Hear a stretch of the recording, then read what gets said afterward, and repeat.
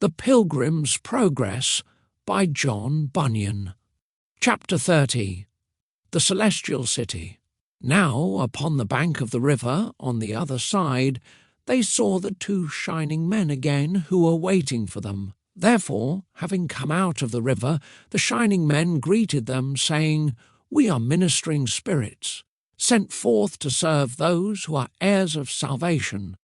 Thus they went along together towards the gate. Now that city stood upon a mighty hill, but the pilgrims went up that hill with ease, because they had these two shining men to lead them up by their hands. Also they left their mortal garments behind them in the river, for though they went in with them, they came out without them. They therefore went up towards the city with much agility and speed, though the foundation upon which the city was framed was higher than the clouds. They went up through the regions of the air, sweetly talking as they went, being comforted, because they had safely gotten over the river, and had such glorious companions to attend them. The conversation they had with the shining ones was about the splendour of that place. They told the pilgrims that the beauty and glory of it was inexpressible. "There," said they, "is Mount Zion, the heavenly Jerusalem, the innumerable company of angels, and the spirits of just men made perfect. You are now going to the paradise of God, wherein you shall see the tree of life, and eat of its never-fading fruits. When you arrive there, you shall have white robes given to you, and you shall walk and talk with the King every day, even through all the days of eternity. There you shall never again see such things as you saw when you were in the lower region of earth, namely, sorrow, sickness, affliction, and death, for the former things have passed away. You are now going to Abraham, to Isaac, and to Jacob, and to the prophets, men whom God has taken away from the evil to come, and who are now at rest, each one walking in his righteousness." The pilgrims then asked, "What will we do in the holy city?" The shining ones answered, "You will there receive the comforts of all your toil, and have joy for all your sorrow. You will reap what you have sown, even the fruit of all your prayers, and tears, and sufferings for the King along the way. In that place you will wear crowns of gold, and enjoy the perpetual sight and vision of the Holy One, for there you shall see him as he is. You shall also serve him, whom you desired to serve while in the world, though with much difficulty, because of the infirmity of your flesh. There you shall continually worship him with praise, and shouting and thanksgiving. There your eyes shall be delighted with seeing him, and your ears with hearing the pleasant voice of the Mighty One. There you shall enjoy your friends again, who have gone there before you, and you shall joyfully receive everyone who follows you into that holy place. There also you shall be clothed with glory and majesty, fit to accompany the King of glory, when he shall come with trumpet sound in the clouds, as upon the wings of the wind, you shall come with him. And when he shall sit upon the throne of judgment, you shall sit with him. Yes, and when he shall pass sentence upon all the workers of iniquity, whether they are angels or men, you also shall have a voice in that judgment, because they were both his and your enemies. And so you will be with the Lord forever." Now, while they were thus drawing towards the gate, behold, a company of the heavenly hosts came out to meet them.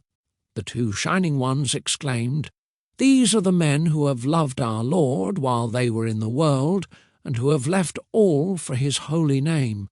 He has sent us to fetch them, and we have brought them thus far on their desired journey, that they may go in and look upon their Redeemer's face with joy." Then the heavenly hosts gave a great shout, saying, "Blessed are those who are invited to the marriage supper of the Lamb." At this time several of the king's trumpeters came out to meet them. They were arrayed in shining white clothing, and with loud and melodious voices they made even the heavens to echo with their sound. These trumpeters greeted Christian and Hopeful with 10,000 welcomes. This done, they surrounded the pilgrims, so as to guard them through the upper regions, continually singing with melodious voices as they went, as if heaven itself had come down to meet them. Thus, therefore, they walked on together.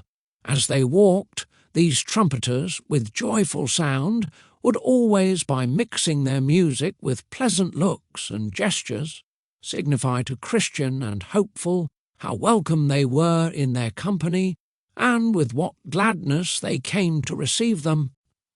Now Christian and Hopeful were as if in heaven before they came there, being swallowed up with the sight of angels and with the hearing of their melodious voices.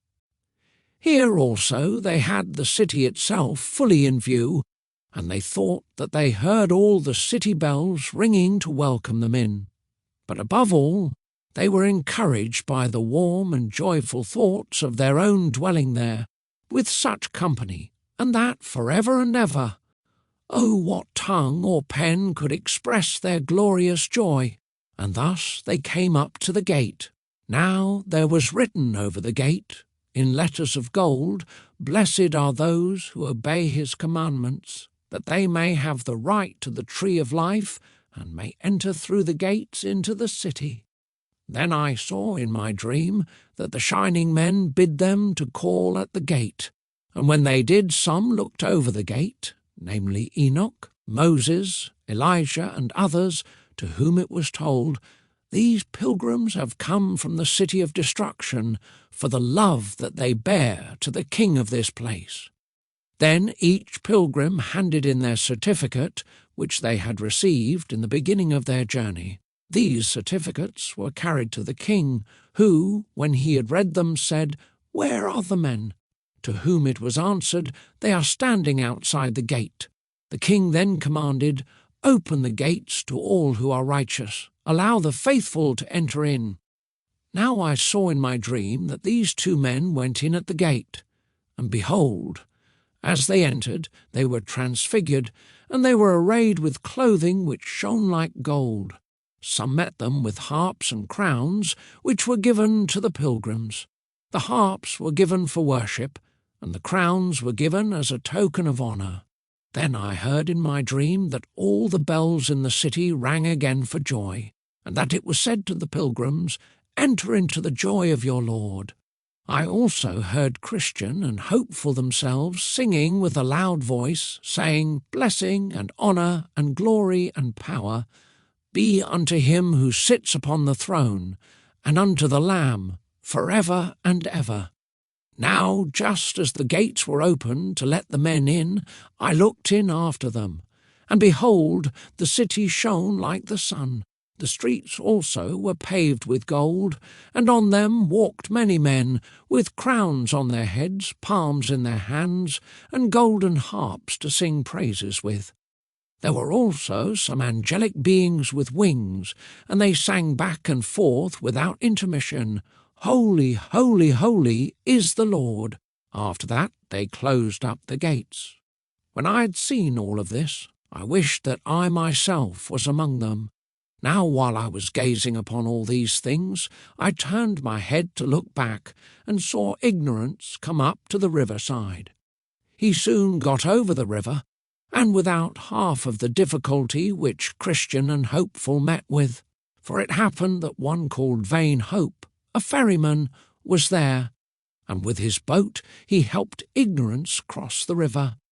Then I saw that Ignorance ascended the hill and came up to the gate all alone. There was no man to meet him with the least encouragement. When he arrived at the gate, he looked up to the writing that was above it, and then began to knock, supposing that entrance would quickly be given to him. But he was asked by the men who looked over the top of the gate, "Where have you come from? What do you want?" He answered them, "I have eaten and drank in the presence of the king, and he has taught in our streets." Then they asked him for his certificate, that they might go in and show it to the king. So he fumbled in his bosom for one, but found none. Then they asked, "Have you no certificate?" But the man answered not a word. So they told the king about ignorance, but he would not go down to see him. Instead, he commanded the 2 shining ones who had conducted Christian and Hopeful to the city to go out and take Ignorance, bind him hand and foot, and cast him away. So they took Ignorance up and carried him through the air to the door which I had seen in the side of the hill, and threw him in there. Then I saw that there was a way to hell, even from the very gates of heaven, as well as from the city of destruction. So I awoke, and behold, it was a dream.